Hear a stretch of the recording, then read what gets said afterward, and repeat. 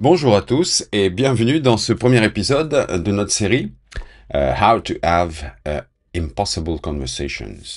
Comment avoir des conversations impossibles de Peter Boghossian et Jem Lindsay. Donc si vous avez raté l'introduction, donc on explore un petit peu comment, c'est une série, hein, ça c'est le premier épisode, on explore comment transformer des discussions tendues, vous savez celles où on sent que personne n'écoute personne, les transformer en échanges constructifs. Donc aujourd'hui, on va commencer par une première compétence fondamentale, hein, souvent sous-estimée, c'est tout simplement l'écoute active. Donc on va découvrir un petit peu ensemble pourquoi c'est la clé pour débloquer même les conversations les plus difficiles. Donc d'abord, on va définir qu'est-ce que l'écoute active. Donc dans ce bouquin qui est super, que je présente dans l'introduction, How to have impossible conversations, Boghossian et Lindsay, ils insistent sur un point essentiel, c'est que la plupart des discussions échouent souvent parce qu'on n'écoute pas vraiment. C'est tout simple, hein, on écoute souvent pour répondre. Pendant que l'autre parle, on est en train de réfléchir à sa réponse. On écoute pour répondre, pour contrer, ou alors encore pire, pour gagner des fois la discussion. Donc l'écoute active, c'est tout le contraire. L'écoute active, c'est vraiment écouter pour comprendre, pour chercher vraiment à comprendre ce que l'autre pense et ce qu'il ressent, sans jugement nécessairement, ou surtout sans agenda caché. Sans juger ce qu'il dit, mais essayer d'abord de comprendre simplement, de se faire un peu neutre en fin de compte, de se faire vierge en fait, et puis d'écouter, de chercher à comprendre en oubliant ses propres opinions ou pensées sur le sujet. Donc concrètement, c'est prêter en fait une attention totale, une vraie attention à votre interlocuteur, écouter ses mots, écouter le ton, écouter ses émotions aussi, on en verra tout à l'heure. C'est mettre de côté, bien sûr, votre envie de répondre immédiatement, pour pas seulement même imposer, ça peut être simplement pour donner votre point de vue. Non, d'abord comprendre. Et vous concentrer sur ce qu'il essaye de transmettre. C'est un respect minimum, hein.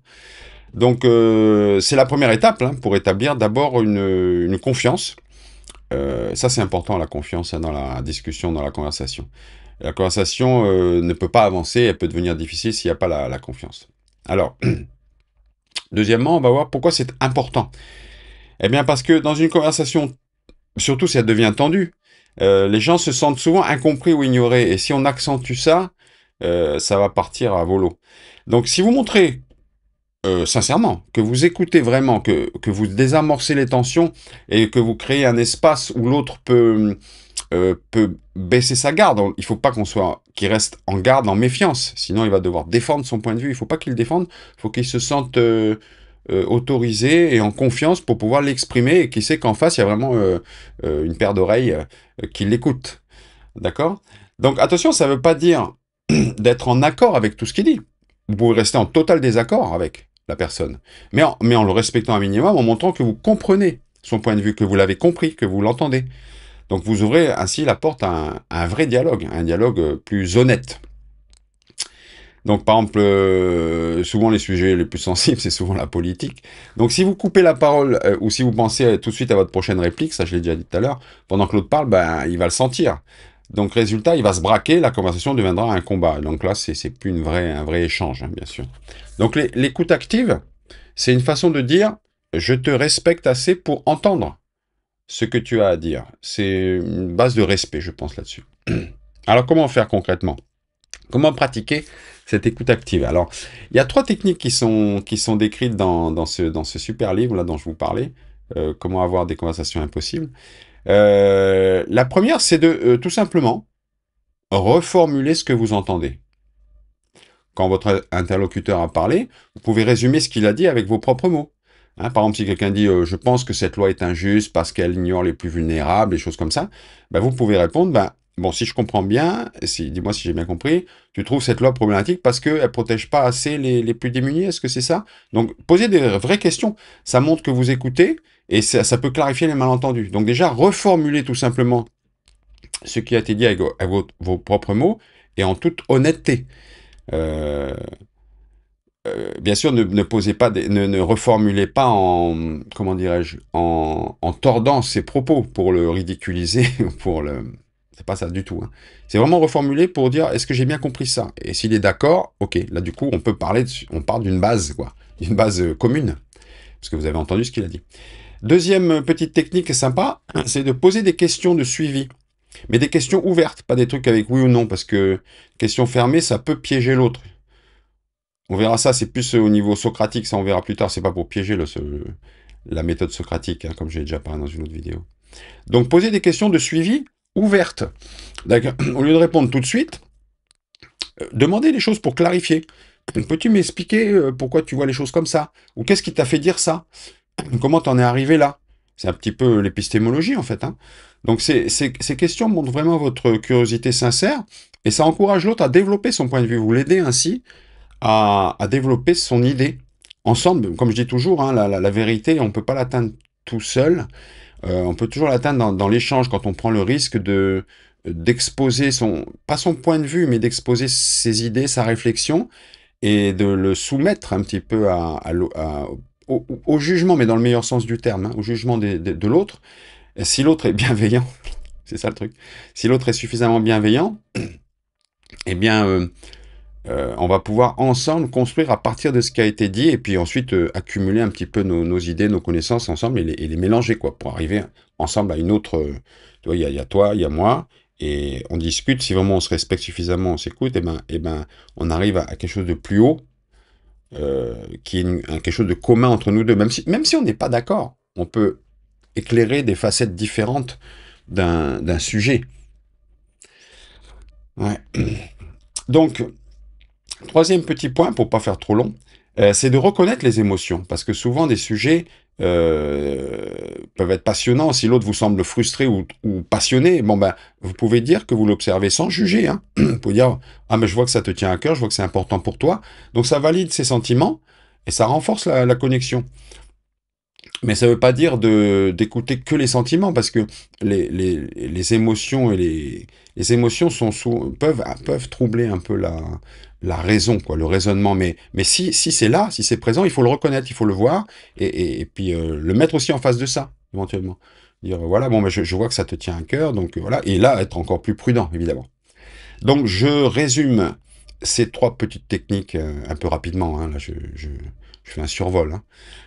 Reformuler, hein, donc redites ce qui a été dit, avec vos propres mots, sans le tordre, bien sûr. Posez des questions ouvertes, des questions sincères pour clarifier, pour voir si vous avez bien compris le truc, parce que vous, ça vous intéresse de comprendre. Et reconnaître les émotions s'il y en a. Hein, et puis essayer de pas marcher sur des œufs, mais enfin, qu'ensemble on sache que, attention, là, on est sur un terrain passionné, passionnel, peut-être. Donc, voilà. Donc, et alors, il y a des petits pièges à éviter, hein. Il faut faire attention. Il y a des erreurs classiques. J'en ai dénombré à peu près 3. Enfin, c'est plutôt dans le bouquin qu'ils en dénombrent 3. Euh, Ça rejoint ce que j'ai déjà dit, hein. Premièrement, ne faites pas semblant d'écouter en hochant la tête pendant que vous pensez à autre chose. Ça se voit. Hein, par exemple, si vous... Non, ça, c'est pas bon. Deuxièmement, comme je l'ai dit tout à l'heure, et j'insiste là-dessus, c'est très important, c'est de ne pas reformuler de manière biaisée, de ne pas tordre les propos de l'autre, comme je l'ai dit, pour le ridiculiser ou pour tourner en dérision son truc, pour le rabaisser ou le caricaturer, hein. On en reparlera, je pense, de ça, parce que c'est un truc qui arrive très souvent. Donc, par exemple, si quelqu'un dit je suis inquiet des effets secondaires d'un médicament, hein, vous ne répondez pas tout de suite, ah bah donc tu es contre la médecine moderne, tu vois, ça ferme tout de suite le dialogue. Essayez d'aller plutôt un peu plus loin. Et troisième erreur, euh, prenez du temps. Ne vous pressez pas pour passer à votre argument. Prenez le temps vraiment de vraiment comprendre. Hein. Donc, pour comprendre, je vous ai dit, hein, on pose des questions. On cherche vraiment à apprendre de l'autre, à comprendre, même si on n'est pas d'accord. Même si on n'est pas d'accord, on cherche d'abord à comprendre. Comme ça, on a le terrain commun. Et ensuite, si l'autre est OK dans ce que vous avez reformulé, vous pouvez apporter après vous votre idée ou votre éventuellement contre-argument s'il y en a. Ok, donc en conclusion, l'écoute active, en fait, c'est vraiment la fondation de toute conversation constructive. On est là pour construire, pas pour s'opposer normalement. Enfin bon, ça peut arriver. Donc ça demande de la pratique, mais ça peut vraiment transformer nos échanges, même les plus tendus. Donc ce que je vous propose, c'est d'essayer une de ces techniques cette semaine, de reformuler par exemple, ou de poser une question ouverte, ou de reconnaître une émotion, et observer ce qui se passe. Dites-moi un petit peu ce que vous en pensez, et si jamais vous avez fait des expériences comme ça, j'aimerais bien lire vos commentaires là-dessus. ce que vous en, si, ou alors peut-être vous l'avez déjà utilisé, l'écoute active, ça pourrait inspirer d'autres abonnés ou d'autres spectateurs de cette petite chaîne. Bien, ben, si vous avez aimé cet épisode, vous pouvez vous abonner. Il y aura d'autres épisodes là-dessus sur l'écoute, sur l'art d'avoir des conversations impossibles. Aucune conversation n'est impossible. Je sais pas ça, on va voir.